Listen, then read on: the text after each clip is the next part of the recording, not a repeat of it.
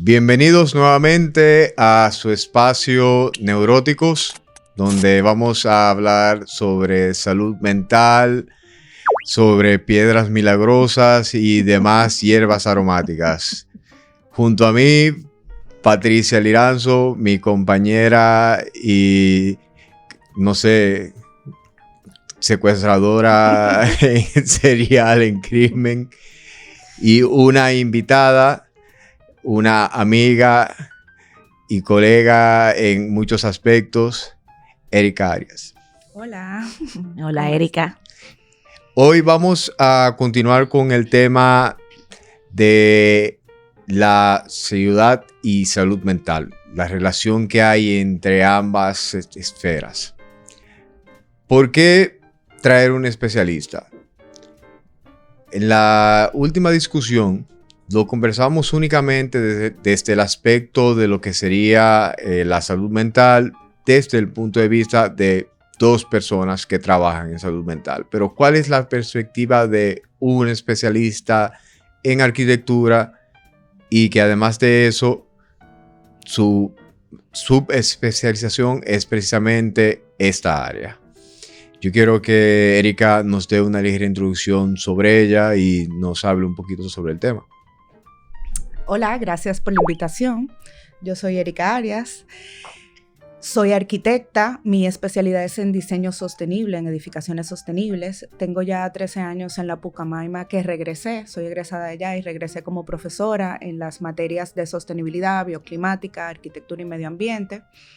Y bueno, ahí con los estudiantes vamos explorando mucho esos temas, sobre todo en la ciudad y en el territorio natural. Justo este fin de semana andábamos acampando en Vallaguana con la clase y esos contrastes psicológicos a veces se ven tan rápido cuando salimos de la zona urbana y nos acercamos a entornos mucho más naturales, simples. Se ve a veces tan rápido el cambio en la persona, en su comportamiento, en su manera de hablar, en su manera de socializar. Así que creo que es un tema muy interesante. Estoy muy feliz de estar aquí. Yo en una conversación antes de estar en esta formalidad que hablábamos con Erika, ella nos decía algo muy importante que yo quisiera que ella ampliara en relación a que en el episodio pasado estábamos hablando como de esa relación más con la ciudad, más como personas que somos parte de una ciudad. Pero ella decía algo muy interesante que decía mirarlo desde la edificación misma hacia afuera. ¿Qué significa eso? Sí, yo te contaba, Patricia, quizás porque uno mismo dice, tú mismo me decías, aquí hay planeamiento urbano, aquí hay un diseño urbano, sí lo hay. ¿Qué tanto se lleva al pie de la letra? Bueno, lo intentamos.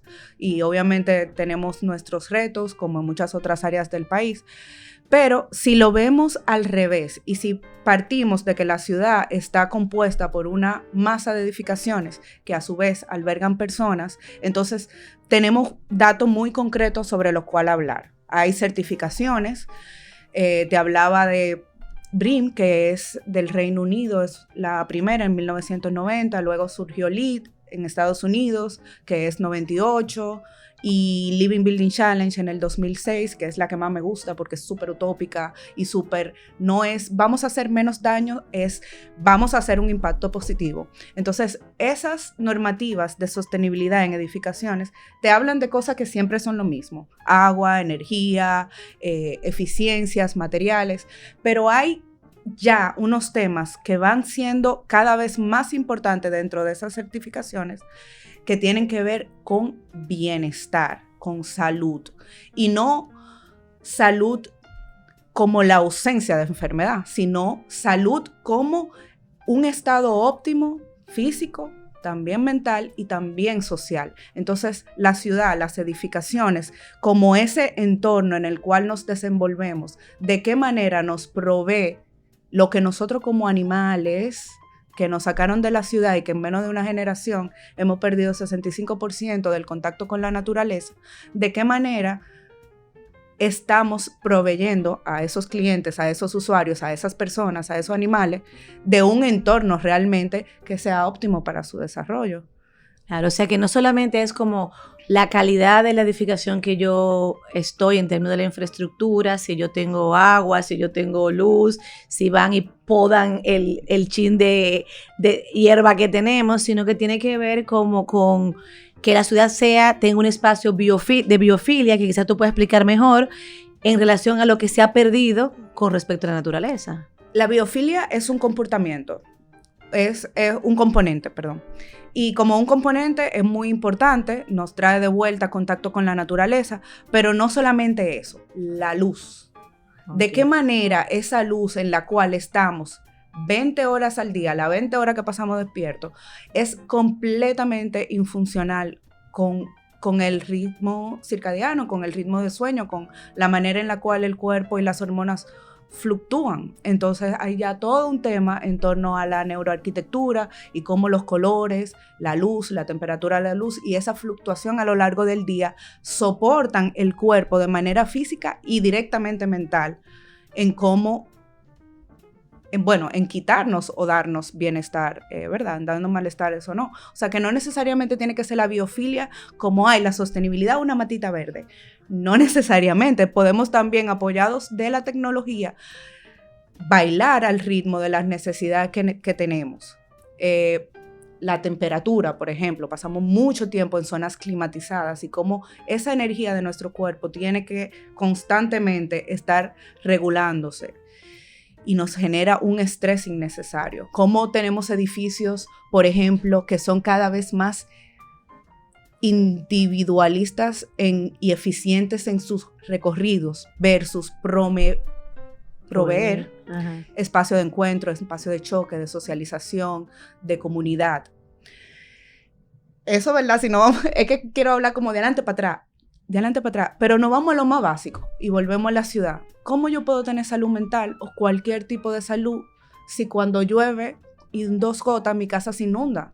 Yo no voy a tener ni salud física porque mi casa va a tener hongo, va a tener bacterias, ni salud mental porque voy a estar constantemente bajo esa amenaza. Entonces, ¿cómo la equidad o la falta de equidad en el diseño también es un factor que viene a hablar, y es uno de esos subtemas en esas certificaciones también? Entonces, hablamos de equidad, hablamos de naturaleza, hablamos de salud y bienestar, hablamos de belleza, cómo la ciudad, los edificios, los espacios que habitamos tienen que hacernos sentir como que pertenecemos a algo. Conocemos la belleza y la relacionamos más con la iglesia, y que vamos a la iglesia y que nos eleva el espíritu. Pero tiene que ser solamente en la iglesia, porque entramos a un lugar que es completamente lo contrario, y entramos y ya estamos deprimidos. Y es el tipo de arquitectura y de espacios que se ha estado desarrollando y multiplicando, y lo cual muchos pasamos la mayor parte de nuestro tiempo. Sí, como grandes almacenes de personas. Exacto, y te hacen sentir como una cosa, un bulto más. Cuando tú dijiste ahorita que estabas en un campamento con los estudiantes de arquitectura y que tú notas el cambio, ¿qué es lo primero que tú registras? Porque yo imagino todos muchachitos de la Pucamaima llegan, se ven en el monte, poniendo casitas y cosas y armando, no sé, cositas de madera. ¿Qué es lo primero que tú notas? Cambio 1. Y más inmediato, la socialización. Usualmente en el aula y en la universidad son cada quien con su grupito o solo, con su celular o su computadora en su mesa, solo. Paso 1, ya los grupos son de 5 o más. Inmediatamente, estamos ahí tan desburujados entre los moquitos, el sucio, que si llovió. No hay grupo de una sola persona, porque eso no es un grupo, ¿verdad? Pero todos son 5, 6.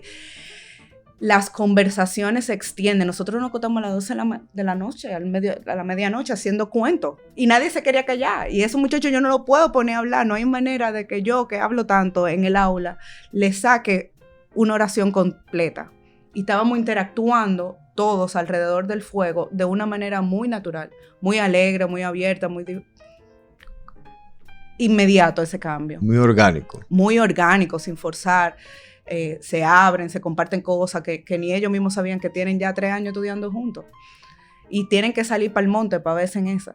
¿Sabes qué? Me llama mucho la atención porque hasta ahora tú has descrito las ciudades más saludables muy similares a las ciudades del pasado.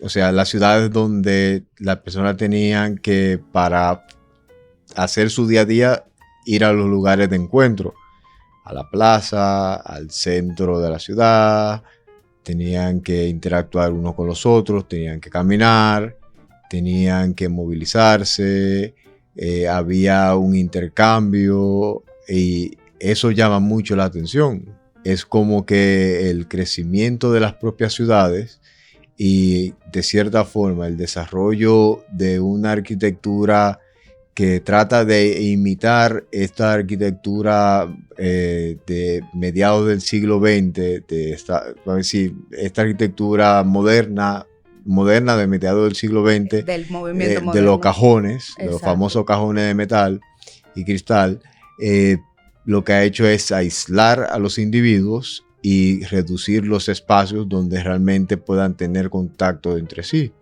Y cuando tú me describes estos espacios saludables, lo que tú me estás describiendo es técnicamente estos pequeños pueblos o estas pequeñas microciudades que aún hoy se conservan, porque cuando uno tiene la oportunidad de visitar una ciudad grande en un país europeo, uno se da cuenta que cada barrio es como si fuera un pequeño pueblo, donde están estos espacios donde la gente tiene que converger, tiene que interactuar entre ellos, ¿no? Sí, y es bueno que tú menciones el movimiento moderno, porque el movimiento moderno como tal creó una línea muy divisoria. Primero, en cuanto proponía una arquitectura universal y con una materialidad y con un lenguaje universal, ¿verdad? En todo este tema de la globalización de principios del siglo. Pero ¿qué pasa? Nada es universal, todo parte de lo local. Entonces, eso rompió mucho, por un lado, con la arquitectura bioclimática y dar respuesta al clima y al entorno, y por otro lado, con la identidad en arquitectura y en cómo las comunidades se forman y forman a través de la arquitectura, o sea, un espejo que se mira. Sí. Entonces, Un poco la sociología urbana de eso que, o sea, eso es lo que intenté explicar, la relación entre el individuo como sociedad y su entorno. Exacto, entonces planteaba estas arquitecturas casi escultóricas de cristal en la cual se mira de lejos y en el cual cada quien tenía un mundo, tenía su propio mundo.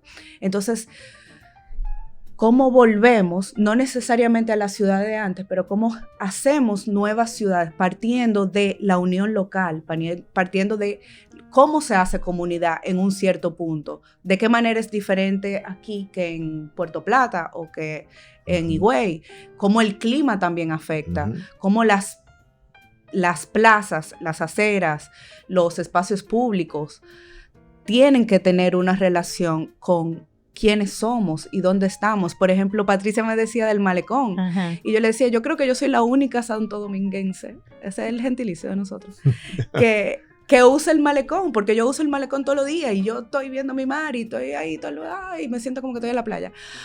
Pero realmente los capitaleños no tenemos una relación como el mar, porque la ciudad no se diseñó, no se desarrolló para eso. De hecho, todo el tema del malecón, cuando se hizo, eran patios de atrás de casa y luego se desarrolló ya como vía turística, en malecón, en actividades y demás, pero nosotros, fuera de ir a pasear, lo que van como a una actividad con los niños, no hay una relación. ¿Y de qué manera eso nos impacta también?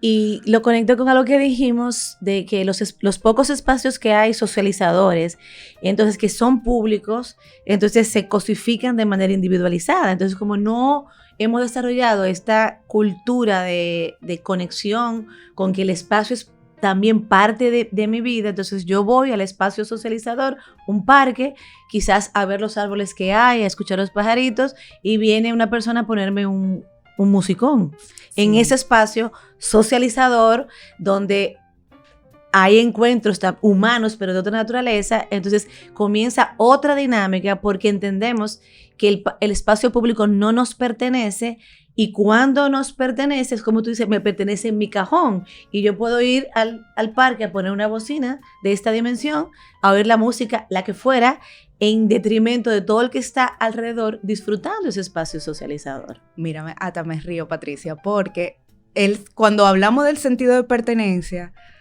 tú sabes que es sentirse identificado y tener una relación con alguien o con ciertas personas o con un lugar. Pero ese sentido de pertenencia que tú describes es más bien como, porque yo soy arquitecta, pero verdad, de loco todo tenemos un poco, es como ese trauma que tenemos y esa necesidad de pretender ser otra cosa. Entonces utilizamos el espacio público en vez de para relacionarnos, para comunicarnos, para mostrarnos cómo somos, para mostrarnos cómo pensamos que el otro necesita vernos. Y entonces se convierte en ese espacio de choque en cual todo el mundo tiene un show montado y todo el mundo quiere que lo vean y nadie está cómodo. Nadie está cómodo, todo el mundo está en pretender algo. Igual pasa con los nuevos lugares de socialización que son los centros comerciales, por muchísimas razones, entre seguridad o cualquier otra cosa que pueda surgir, pero al final las nuevas generaciones se están reuniendo y se están encontrando y están teniendo sus actividades de socialización en plazas comerciales que no son lugares públicos y en los cuales tú necesitas dinero para estar ahí, tú necesitas pretender ciertas cosas para estar ahí. Y entonces, ¿cómo tú vas a tener salud mental si tú nunca te vas a poder relajar? Y tú siempre tienes que estar derechito y bien portado y que piensen mis amigos y que piense el otro y que piense el otro. ¿Qué salud mental va a haber ahí? Claro, y además son espacios, esta generación son espacios que no son al aire libre. O sea, como ya estamos 7 u 8 horas en estas luces blancas que matan. O sea, también, o sea, exacto. No hay, o sea, no. Yo me acuerdo, en la universidad que yo trabajo no es una universidad grande. Y cuando te ponen clase de un punto a otro, ellos dicen, ay, eso es tan lejos, pero eso no son ni 800 metros. No, pero eso es lejísimo allá. O sea, porque la gente no camina. No camina. ¿Sabes que también tenemos la otra versión, la otra cara de la moneda, que es las personas que precisamente se están aislando totalmente de la interacción social porque no se sienten que pertenecen ni a la sociedad ni pertenecen a las ciudades, como los hikikomori en Japón, que también ya están en México. Aquí ya hay personas que están viviendo de esa forma. Son personas que sencillamente se trancan en su apartamento, se trancan en su casa y por la incapacidad de poder interactuar con una sociedad tan caótica, con ciudades que son tan, vamos a decir, a veces tan monstruosa, el ruido, el caos, la contaminación o incluso la falta de elementos básicos para ellos poder funcionar o de espacios para poder interactuar, los hace que se refugien en sus espacios personales y se retiran. Y estas personas son conocidos porque se retiran hasta el punto en que algunos fallecen y los vecinos se dan cuenta meses después de que ha sucedido. O sea que no solamente estamos viviendo el que está saliendo porque va a un centro comercial, sino la generación que se está aislando porque no hay espacio para ellos donde se puedan sentir que están conectando de una manera genuina. Porque es casi, vamos a decirlo, o sea, a veces ir al botánico es casi tú sentirte que tú estás yendo a un zoológico humano. Uh-huh. Tú estás yendo a un lugar que es un área verde, que es una gran jaula, donde tú estás ahí adentro, muy bonito todo, pero tú estás literalmente encerrado ahí adentro porque no hay más nada fuera de eso y fuera de el mirador donde tú puedas conectar con lo verde. Y conectar con lo verde en seguridad. En seguridad. O sea, no en el riesgo de que si voy y me siento en un parquecito muy hermoso que está ahí con lo verde a las 6 de la tarde, tenga que, o sea, lo puedo hacer con tranquilidad cuando está anocheciendo, porque está la parte de la seguridad también. Bueno, y eso es importante que lo mencionen, porque muchas veces ese zoológico humano, esa jaula, y que no hemos dado la tarea en Santo Domingo y aparentemente en muchos lugares de República Dominicana, porque lo he visto también en los pueblos, de cercar los parques. ¿Cómo tú tienes un área pública cercada? ¿Qué es eso? No porque por seguridad, pero entonces tú lo que me estás haciendo es trancándome en el parque con el asaltador Y yo en vez de poder salir corriendo o de que me vean o de tener el sentido de seguridad que da un movimiento social, tú lo que me está trancando más y me está diciendo que es porque es inseguro y me está Y no haciendo la solamente vida eso, más sino insegura. que si tú en el encierro del parque has considerado los aspectos de gestión de riesgo, si pasara algo, ¿de qué tamaño es la puerta donde van a salir Sí. todos los que estamos trancados en el parque? Sí, y hablábamos inclusive del urbanismo feminista, que tiene muchísimos alcances que son para el bienestar de todo, como todo el feminismo. Y, por ejemplo, temas como la visibilidad en las calles, que se vea siempre de tobillo a rodilla y de cibra del hombro hacia arriba, para términos de tener una visual siempre de las personas que están alrededor y de no tener puntos muertos, la caminabilidad de las aceras, el ruido, el smog. Nos dimos cuenta en la pandemia de lo ruidosas que son las ciudades, de lo incaminable que son las ciudades, cuando pudimos tener un momentito de que se fuera todo el mundo y la pudimos caminar y la pudimos pararnos en el balcón sin oír un ruido constante. Y otra cosa de lo que dices, Luis, no solamente de que existan esas personas que se aíslan, es que las ciudades se prestan a que cualquier persona se aísle por completo y tú tienes todo en tu casa. Antes en los pueblos, en las ciudades, tú tenías la necesidad de interactuar forzosamente. Tú tenías que ir a la escuela, tú tenías que ir a buscar comida, tú tenías que salir. Aunque fueras el más antisocial de los antisociales, la subsistencia dependía de la socialización. Entonces ahora tenemos ciudades que no permiten aislarnos mucho más. Todo te llega a tu casa. Claro, tenemos el delivery. Y tenemos todo ese internet que es como el mundo falso que pretendemos que tenemos, ¿verdad? Entonces las ciudades se están refugiando en la comunicación virtual cuando realmente la parte social de lo que conforma una ciudad, que es un hub de comunicación de servicios, está en la interacción, en el intercambio, en el choque, en el roce. Entonces, el automóvil es uno, no podemos tener ciudades centradas en el automóvil, no podemos seguir quitándole el verde a las ciudades, no solamente por un tema de riesgos ambientales, como ya lo hemos visto, sino por temas sociales y de salud. No podemos seguir individualizando temas que son sociales, que son problemáticas sociales. No podemos seguir creyendo que la ciudad es un organismo funcional cuando realmente es un organismo de convivencia y debe ser la base y debe ser lo que le dé desarrollo y vida, porque si no, para eso está el internet, que sea funcional. Nosotros precisamente comentábamos eso, o sea, la ciudad como un espacio de convivencia y que gran parte de lo que lo hace difícil el vivir en ella no es la ciudad en sí, es lo que hemos hecho con la ciudad en nuestro vivir acá. Y yo creo que eso es algo que tenemos que tenerlo claro. O sea, no es que los tapones son difíciles, es por qué nosotros causamos tapones. ¿Por qué nosotros tenemos que ser lo más guapo, lo más macho, el terror de la matica, que a mí nadie se me puede meter adelante y yo tengo que llegar primero que todo el mundo? Y si está nublado, sabemos que inmediatamente va a ser intransitable andar en la ciudad.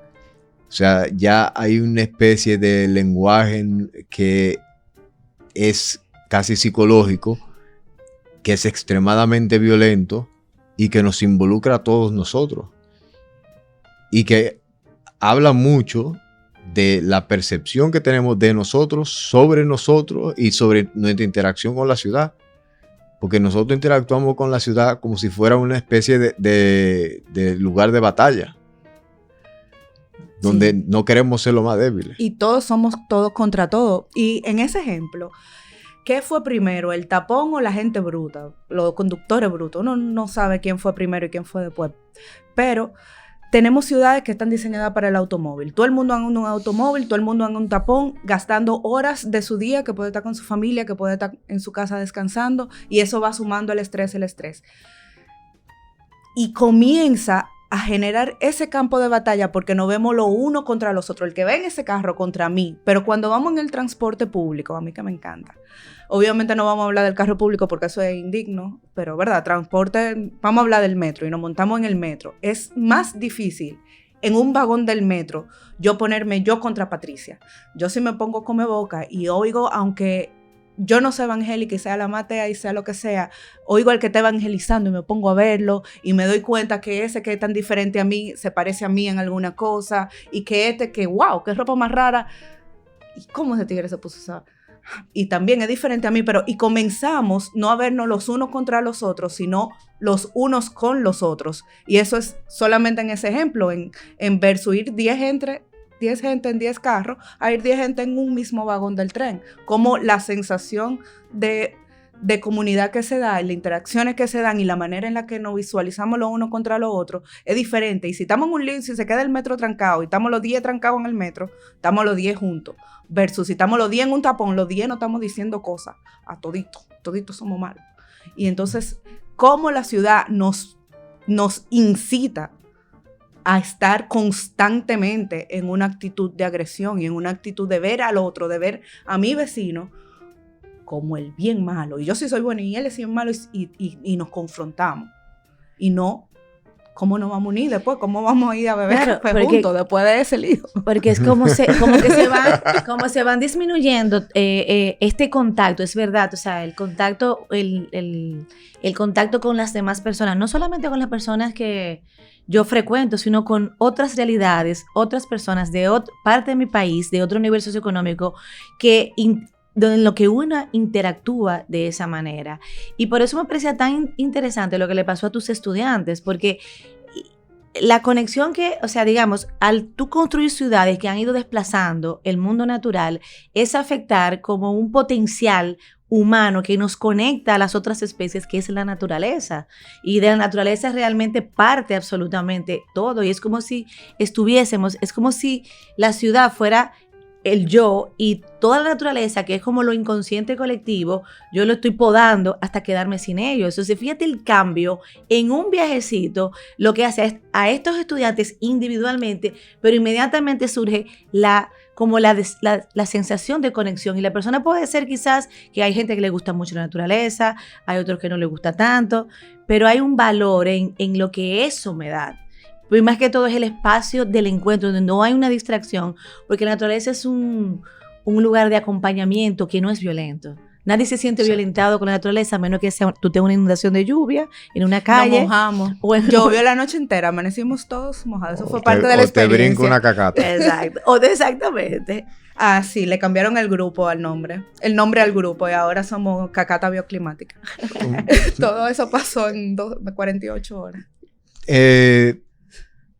Yo creo que para ir haciendo como una especie de cierre, ¿cuáles serían como tus observaciones entre esta relación de psicología y arquitectura en una ciudad que yo la llamo la ciudad de la entropía, por no decir la ciudad de la furia, porque esto es caos puro? Yo le digo la ciudad caníbal. Le dice la ciudad caníbal.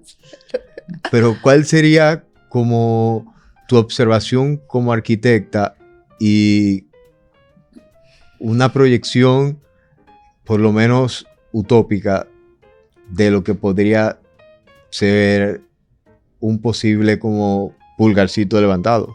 Mira, hay nociones de urbanismo y de diseño que se están comenzando a implementar, de incorporar cercanías, espacios de encuentros, áreas verdes, áreas públicas, y todo eso va funcionando. Pero tiene, ahora mismo, en el nivel de desorden que estamos, en el cual no es solamente República Dominicana ni Santo Domingo, casi toda la ciudad del mundo tienen el mismo problema. Va a tener que ser un trabajo de los diseñadores, de las gobernanzas y de los ciudadanos. Y tenemos que comenzar a salir, tenemos que comenzar a usar los espacios públicos, tenemos que comenzar a demandar espacios públicos y áreas verdes, y no ver el verde como un problema, porque siempre se ve el verde como un problema, como algo que ensucia. Las hojas de los árboles no es sucio, eso no.